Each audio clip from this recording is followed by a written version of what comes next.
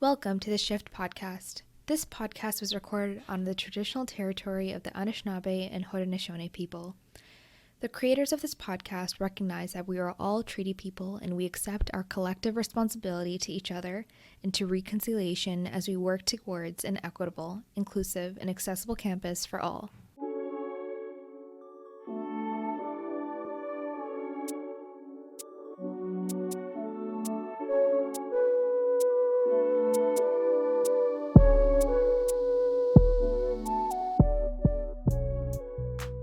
On the Shift podcast, facilitated by the Student Experience Office, you will hear from students of diverse backgrounds about their lived experiences at Queen's, how these experiences are shaped by identity, their visions for a safer and more inclusive campus climate, and what needs to happen for there to be a meaningful and lasting culture shift. We all want change, positive change. It is very hard to see that right away. So it's more like, if you plant a seed now, you might see that in 5 or 10 years, but not at this moment. It finally feels good to be like, not quite stand up for myself, but to be like, no, this is my name and this is how it's pronounced. And I would like you to say it that way for me. So, and that I'm proud to be Indigenous and I would love to honor this name. Listeners will also learn about resources that exist for equity-deserving students at Queen's and hear tips for where to find community and support. This podcast is part of the Queen's Shift Project, a collection of initiatives aimed at creating a safer and more inclusive campus culture for all students.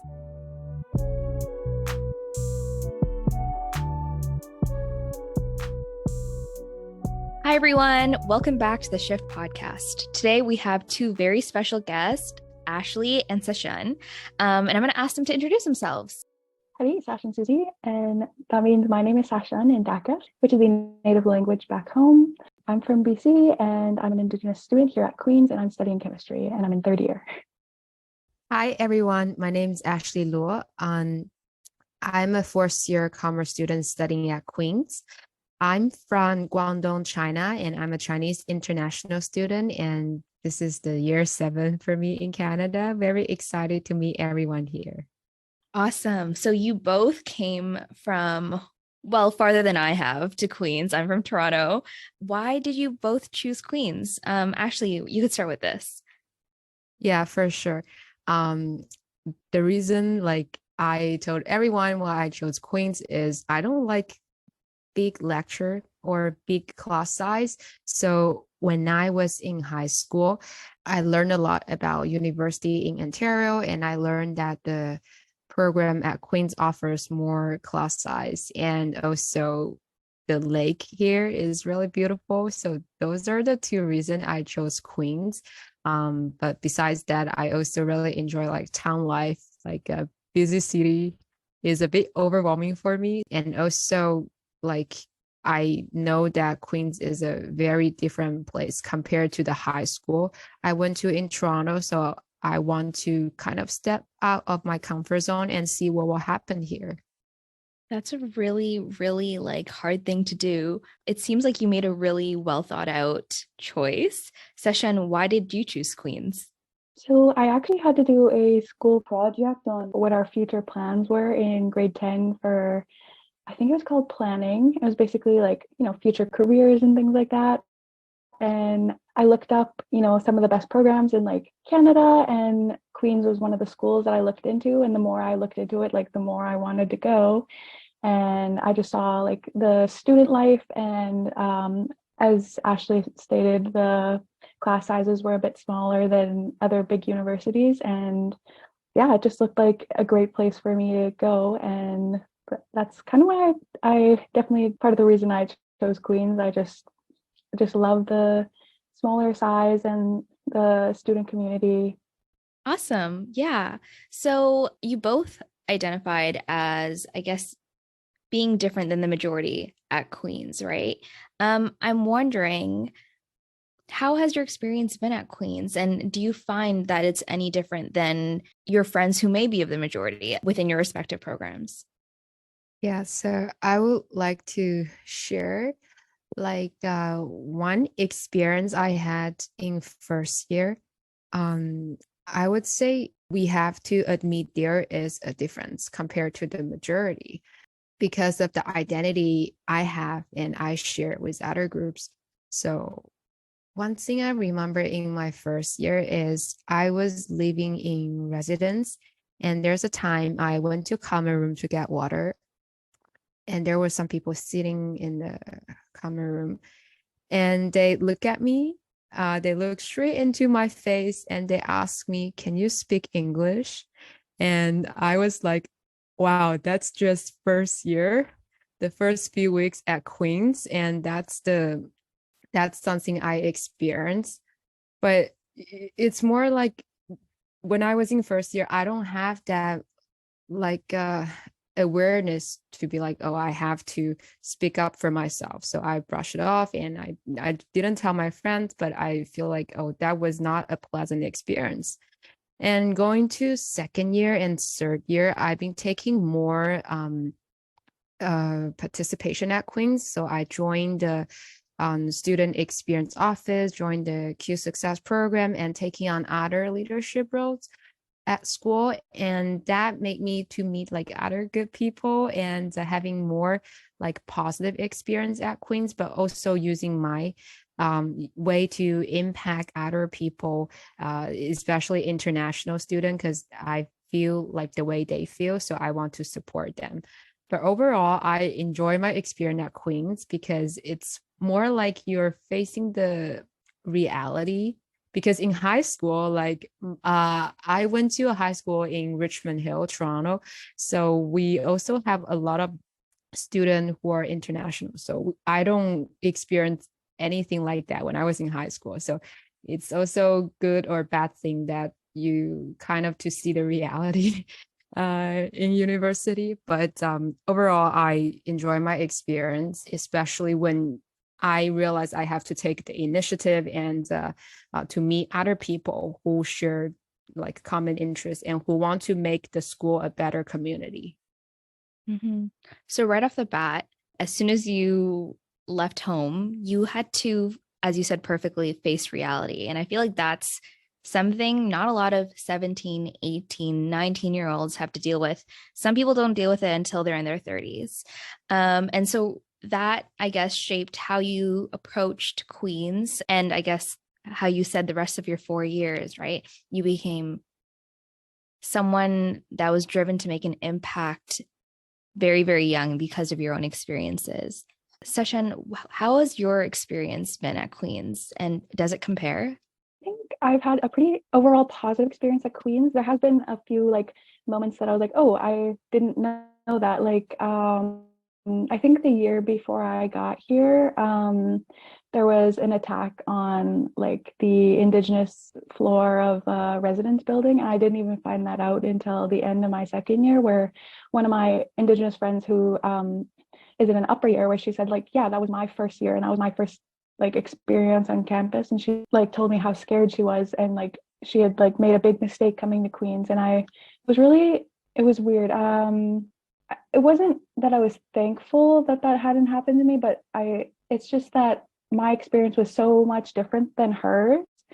There was a few like, you know, like moments, being an Indigenous person, like it is very obvious that my experience is different than other people in my year or my program or even like in my friend group. For example, I use like not a really Western name, you know, Sashun is sometimes hard to pronounce like right off the bat, but I remember like having to correct professors like over and over and over again. And I was just like, I wish you just put like a second to like think of how it's like how I've corrected you in the past and how it's pronounced. But overall, I've had a pretty good experience. Like a lot of people have embraced and like acknowledged a lot of Indigenous issues, especially after like Orange Shirt Day and the 215 and Kamloops and all these other issues are being brought to light. And I am really thankful for a lot of these movements coming forward. Yeah. I think we've all seen in the last couple of years, and I guess Ashley, you could speak a little bit more into this because I'm still, I guess, not as senior as a lot of other students.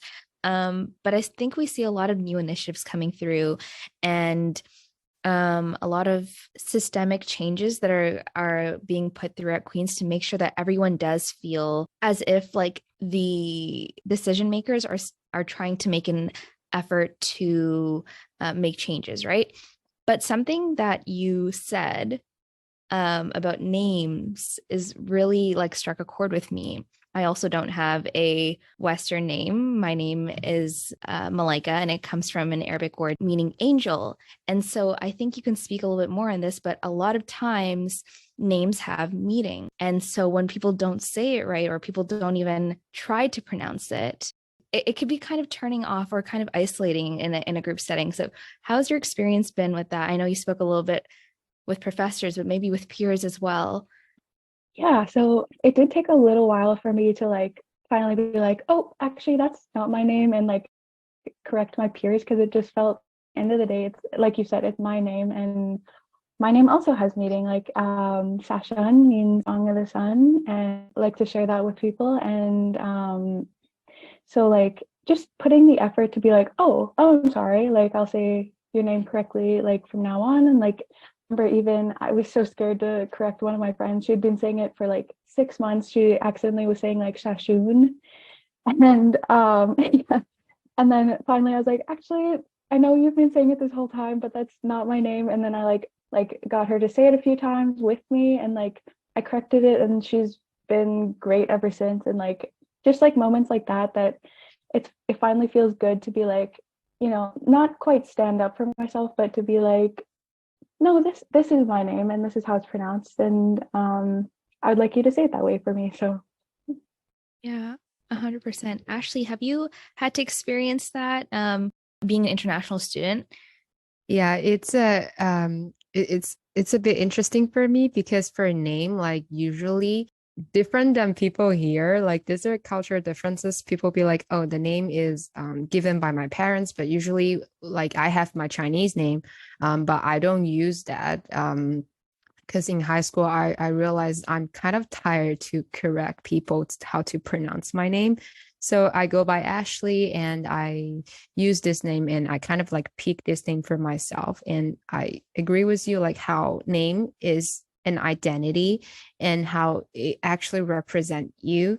Because even when like the same for language, even you use a different language to communicate with people, it still feel a little bit different. It's like you still want to deliver the message, but it feel like, oh, something got covered a little bit, so you cannot pass the meaning 100%. So getting back to name, I would say I at one point I was thinking I want to switch back to my Chinese name. So I want to use my Chinese name. So that's my identity. And I want like that's how people recognize me. But it's kind of like a debate. I was like, but I use this English name for so long. So am I ready to switch back? Because it's more easier to be like, hi, I'm Ashley versus hi, I'm Yunjie, which is my Chinese name, and that I have to tell people over and over, just like Sashon's experience. Yeah.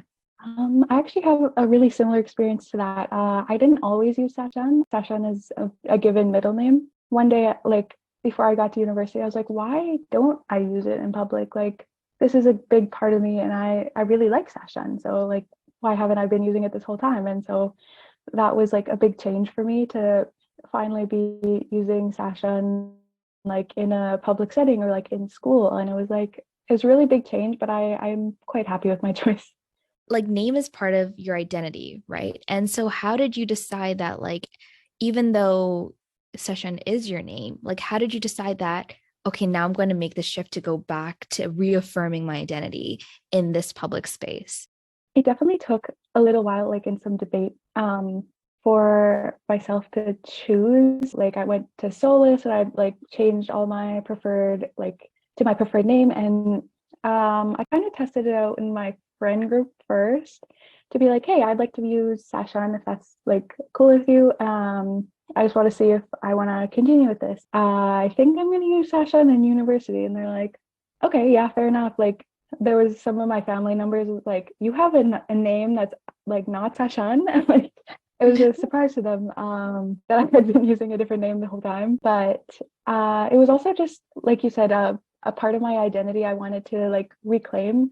I remember being younger and like being embarrassed to be Indigenous, or like wished I had, blonde hair and blue eyes. And then it took a while for me to finally like grow and realize as like my identity and like where I fit into that. And Sashun, is a name that survived like this like cultural genocide and like all these things. And it was a name specifically researched and like picked out by my family. And so I don't know, I just wanted to honor that and honor that part of me. That and that like I'm proud to be Indigenous, and I would love to honor this name. I think you've also spoken about the fact that there was a time when you didn't want to be identified with your identities because of the way that they were treated in society, right? Do you feel like coming to Queens has changed that or has helped mitigate that at all? Or do you feel that you have to work harder, I guess, to keep elements of your identity? Yeah, I could go with this one. I agree, like name is a huge like identifier about who you are and what culture you belong to or what community. Like I have the similar questions as Sashan. I was like, I have the debate. But I know at the end of the day, I identify myself as Chinese, and the things I do, for example, the music I listen to, the stuff I eat, like all of those stuff, all of those culture stuff, the components identify I'm Chinese, but also like some cultures value wise also like reinforce like my identity. So I figured that name is a symbol, but it's like it is very important. But to me, I figure as long as my belief, my value stay aligned with what I really want it to be, it's okay. I'll just keep this name. But at the end of the day, I know who I am. Yeah.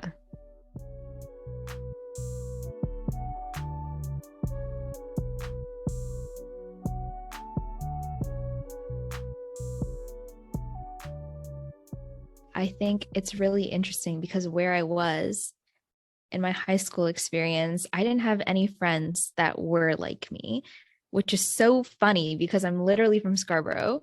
But coming here, I found that Queens has a very strong community. And like, if you find your community, in my experience and like what you both have spoken on, like you're able to reaffirm and strengthen elements of your identity that you didn't even have beforehand, right? And I also feel that like in general, the public, peers, and faculty are understanding and accommodating once you share parts of your identity and like your differences and your practices. But I don't know, what do you guys think about that? I would say like in terms of like finding identities, um, it's hard because from my personal experience at Commerce, sometimes people talk a lot about like jobs or clubs. And in order to get into those positions, there are a lot of interviews, right?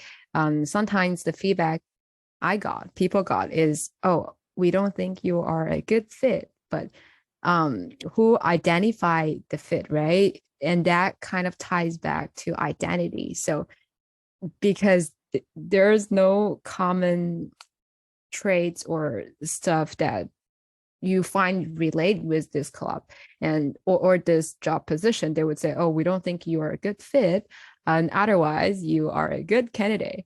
Some of my friends also experienced this. Like at first we would take this kind of like, oh, we didn't do well enough, and we are not good enough for those positions. But since I'm in my fourth year, I realized that there's always a place for you and for your identity groups. If like they don't open the door for you, like you should go somewhere else and create like that space for you and your groups, right?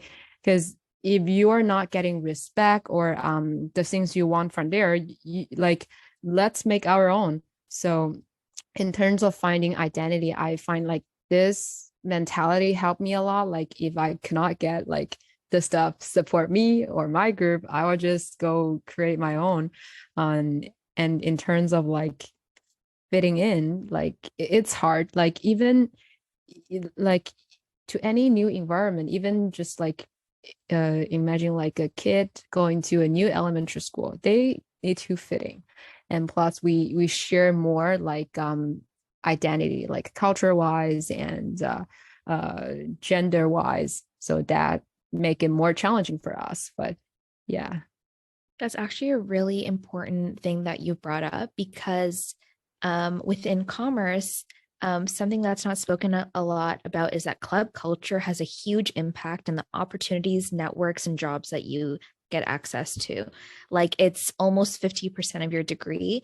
A lot of commerce students say that like you can't really get anywhere with a perfect GPA. You need the extracurriculars and the other experiences. But when we do invite or accept students of all different cultures and a lot of different languages to come study, the opportunities should also be accessible to them, right? And that's actually something that we're discussing a lot now, and something that I've heard a lot from my friends as well, is that like, okay, how can we make these club experiences more accessible? And there is like accommodation statements and whatnot, but like what are clubs doing to actually be accommodating to people with a language barrier, to people that have all the financial skill but are just not able to understand the huge words that are put on the page, right? Because they're inaccessible. So actually, in your experience, what would an ideal world look like in this situation for you beyond that? Yeah, that's a great questions. My true answer to this is there's no ideal world. If we can have like more opportunities for people, because we all want change, positive change, but it is very hard to see that right away. So it's more like, oh, if you plant a seed now, you might see that in 5 or 10 years, but not at this moment. So if ideally, I was thinking it's more like university will be the place for everyone who have the talent, who have the skills, can do the things that are good for them. Because like university is like a playground, like everyone should come in here, learn something, and leave this place with a lot of great lessons, right? So ideally, I was thinking, oh, everyone can have that opportunity. Doesn't matter like their background, doesn't matter like what do they have or who do they know. It's more like, do they have the opportunity to become a better person, right? Like if university could offer that space and opportunity, it would be great. It actually let people have the like reach their full potential, and thinking about, oh, those are the people who will be entering society, and that's the longer impact we can see, because all of those good spirits, good characters are going to our society and building the society to become a better place.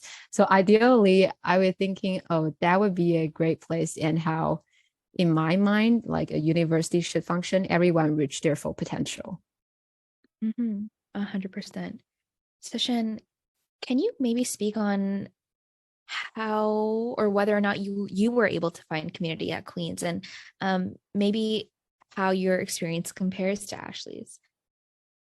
I was actually really lucky that the four directions always already existed and that it kind of just fell into my lap. My older cousin is at Humber College in Toronto, and he found that his Indigenous center was like really helpful for him. So when I applied to Queen's, my aunt is like, get involved with like the Indigenous center right away. And like in the past, I haven't had like a very positive experience with the Indigenous centers in my schools. Like a lot of them were like underfunded, or like I didn't quite like enjoy the choices they were making with how they're running the center, and I just didn't like to go. But Queens was totally different, and they were like really welcoming, and they have all these different like cultural activities and things that I really agreed with and felt at home being there. I feel really lucky that it was already established. And I really admire, Ashley, that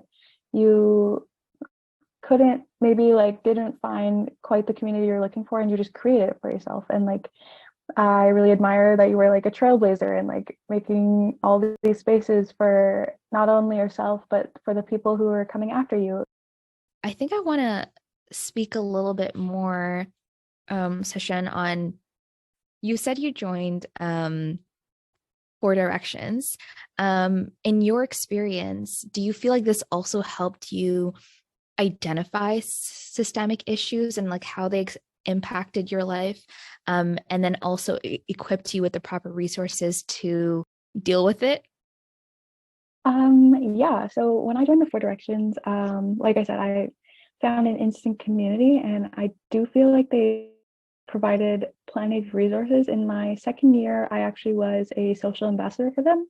So basically, like I ran events for other Indigenous students, and I feel like the resources they provided allowed us to have like a bit more creative freedom. Like I remember I suggested, hey, we should have like a study buddy kind of event without anybody there like keeping me on track. I get so lost in what I'm doing.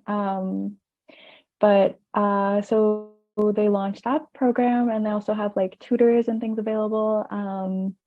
So I found a lot of resources there. The only thing that I'm thinking about now is that I don't see a lot of people like myself in STEM. There's like, of course, the Four Directions has been great, but in my day-to-day life, you know, like it's hard just to be, you know, being myself, an Indigenous person, and like having these unique experiences that like even my parents, like my mom was the first of her family to get her high school diploma and then go to university.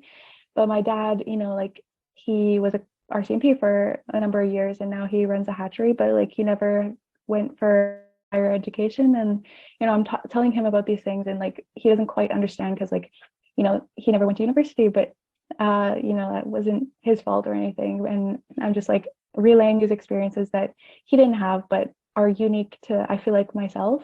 So the Four Directions definitely helped build a community, like a base community, but I would love to open up more resources with people of color in STEM, or like even, I know there's lots of women in STEM initiatives, and those are great, and we love encouraging that, but there's always room for growth and improvement. I think Sashon brought up a great point. Like, there's always room for improvement.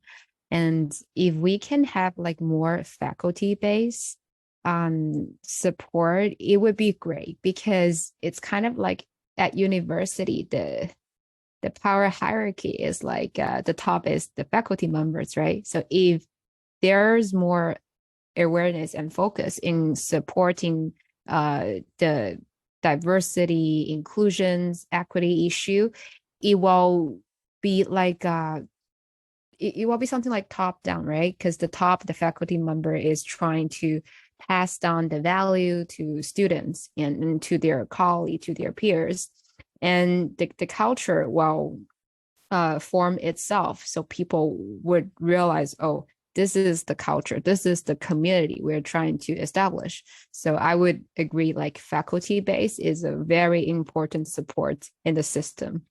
And like speaking a little bit more in your experience outside of your faculty, is there anything more that you felt that you would have liked as you navigated first year and maybe like the pandemic, and now as a fourth year student, that would have helped you feel more connected? Yeah, for sure. I would say I'm really lucky, because as part of the mentorship program, like we got a lot of training about campus resources. And in terms of that, like for the commerce program, we have academic advisor and personal counselor. So if students have problem, you reach out to them. They will share campus resources with you.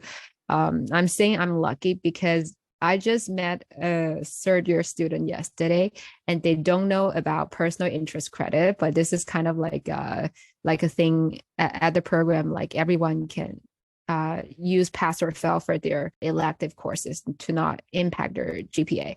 And I realized, oh, this is not like a big thing, but a lot of students still don't know that, right? Because the personal interest credit opened the door for students to take any courses that they're interested, but would not impact their GPA. So that's also like, I would consider that as a resource, like knowledge wise. So I would say like in terms to supporting other students, how to make those resources more accessible because they are there. Just people don't know it. Like sometimes even the student academic success service at Stafford Library, they provide like one-on-one appointment to help student to fix their essay. Like every student can book up to 3 appointments per semester. It's free, right? Like if you go outside, find a private tutor, it would cost you more than that. So I kind of feel like sad that people don't know about those resources. They're on campus, they're free to everyone, every student, but they just don't know when and how to use it. So I would say, especially during the pandemic time, like everything got so limited. It's like how to make sure everyone know about those campus resources and actually use it to benefit themselves would be something I'm working on right now, but also I want it to be better for future students, like they can use the resources. Find the exact same thing, like working within my faculty, working within student wellness, within residence life, within AMS. I'm like astounded at the amount of resources that there are. There's an acronym for everything, but there's no marketing for all of these like different resources that are available. And I think that's where the disconnect is. And a lot of times, like that's not even accounting for the fact that like people have language barriers or people don't have time to do their own research because they are like taking on more jobs or they have to put more time into other elements of their life and are not able to focus on like actually reaching out for those resources, right? Sashun, do you have any experience with those as like a third year student who's like basically had an online experience for most of university? I think reaching out into using resources has like come very, very gradually. I remember in first year, aside from the 4 directions, I also signed up for Q Success, and I found that really, really helpful. My mentor was great. She was totally fantastic and on top of everything, and she was great throughout my first year. But getting to second year, and like, yes, I still had her, but she, had other little mentees now, and having a in-person experience or semi-in-person, I don't know, hybrid year, I guess, still unique to everyone. Like, we were just coming out of like a fully virtual year. I didn't even know where campus, like things on campus were. I remember somebody coming up to me and being like, "Do you know where this building is?" I'm like, "I'm so sorry. Like, I don't even know where my own classes are." And I wished in second year I've reached out and used more resources. Yeah, 100%. I think people don't realize that like those resources are there because there's been an established need, right? Like it's not abnormal to reach out to those resources or they wouldn't be provided. I want to thank Sashon for bringing up like how as a first or second year student could be so intimidating to reach out for help.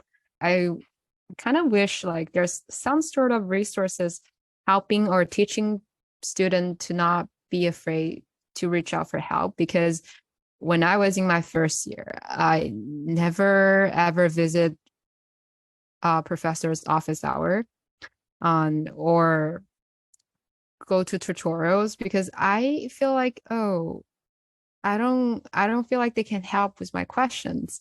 And what would other people think of me if I reach out, ask questions? Do they think I'm not like capable of doing this stuff? I don't know if there should be a resource for this, but I definitely feel like not just me, but some of my friends, they also have the same experience. Like they have a problem, but they just don't know how to take the first step to reach out for help.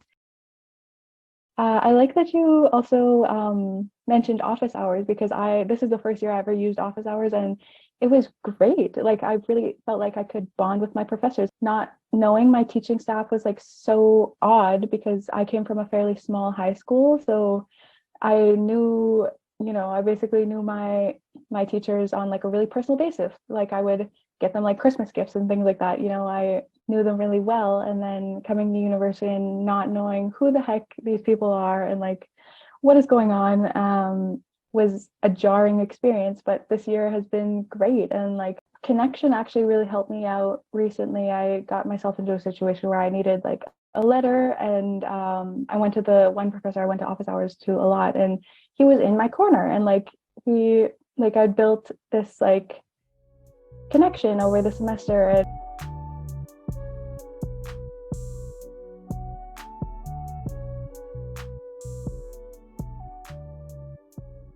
So we've heard a lot about the different resources that are accessible and inaccessible at Queen's, but we've also talked a lot about your personal experiences that you've had to face. So, in your opinion, what would you say would help create that culture shift that would allow everyone to feel welcome? This is a great question because going back to what we mentioned earlier about like university function, I think I have a questions like, do we want to educate people or select people who are actually respectful? I think like still like there's chance to help people. I would say if myself, I'm educating myself every day. Like even sometimes I was thinking, oh, I'm people of color, I'm the minority group, but I still need to educate myself on daily basis. So I know how to respect other people and I know how to better communicate my ideas, creating a culture shift. Like I would say we don't have too much control over other people. So it might be easier to start with ourselves. Like I was thinking, yeah, like I am because we learned the intersectionality charts. There are so many identities. Like me, my friends, some groups are just part of it. Like there are many other groups I don't know. So I have to learn that. Um, on a regular basis. So when next time I meet the other group of people, I know how to respect their culture and I know their language or what something like would bridge the communication gap. So the first answer to this question is myself. But in terms of university, I would agree like faculty members because they are more like people who have more impact over student. So if we want a positive culture shift and we want some change, it would be great. Like if the faculty member do any support. I remember something like one of my professor did is he would offer, how do you call that, extension, yeah, like extension for assignment if student experience any circumstances in their life, like they are very accommodating. I think that's a good way to support student, because sometimes people experience different things in their life, and if the faculty members like professor they know how to support their student, it would be a great way to shape the community as well. And also like for example professor could be uh like supporting students by adding like transcript for Zoom meeting, because I was also involved in the Queen's Karate Club. I remember my club president, like they were very accommodating, like for every Zoom meeting we have, she will do the live transcript, make sure the accessibility is granted for everyone who joined this meeting. So by that, I learned a lot. Like, oh, if you do this minor stuff, not a lot for you, but it could be something great for other groups. So definitely like changing that, promoting the culture shift, starting from myself and also the faculty members, I would say. Yeah, I've definitely found in my personal experience as well that like a lot of people just don't notice what they don't experience, right? And that's completely valid. So if you verbalize like, hey, like this is my experience, like I never thought about it like that. Of course we would want to fix that. Like, why would we want to make you feel excluded, right? And so it's a lot of pressure sometimes putting yourself in that position where you have to speak up or you have to advocate for yourself or you have to ask for that accommodation, but you're creating, as Ashley said before, you're planting a seed. Yeah, I really agree that faculty can definitely make or break like these kind of small changes. And I think it's the small changes that grow and like change into these bigger movements. And it definitely is like a giant, I feel like a big team effort. Like you need someone on all levels in order to create change. And I think the work we're doing here is great. And that, there's small changes happening up in the faculty. Like, for example, I've noticed a lot of like land acknowledgements and things like that. And like, I remember seeing like, you belong here and like you deserve to be here. And just as like a general for everybody, like even up to like the dean. I know the dean's making policies and things like that, and hopefully that will promote change. But definitely a lot of small actions lead to these bigger ones. All the groundwork shouldn't just be laid on to the people who need the change, but the people who also maybe may not benefit from this change that are currently like okay with this the system that's in place. You both have come from so far. What is one thing that you wish you knew coming into first year at Queen's?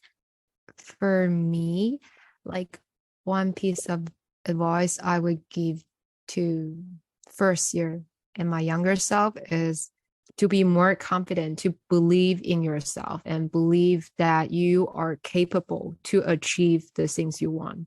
That confidence is something like you need to build. It's more like a system.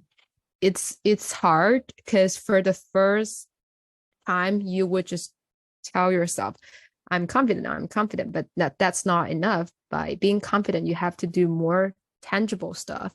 And by doing that, you will see the results. And then you become more confident because you can actually make things happen. Believe that you have the power and you are capable and you have the full control of your life. And that's where your confidence come from. And in terms of like how to navigate university, my biggest advice is reach out for help when you need, because it's very easy, even through the pandemic time, we create that little bubble for ourselves. And sometimes there are too many self-talk or like self-imaging in our head, and that actually prevents you to make connection. Like Sashun mentioned, reach out for help. It's easy.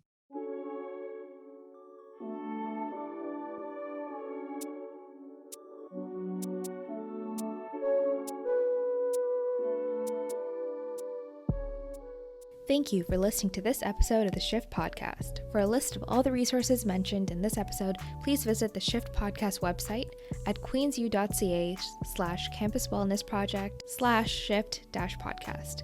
If you'd like to get involved in the Shift Podcast or have questions or comments in general, feel free to email us at queensshiftproject@queensu.ca.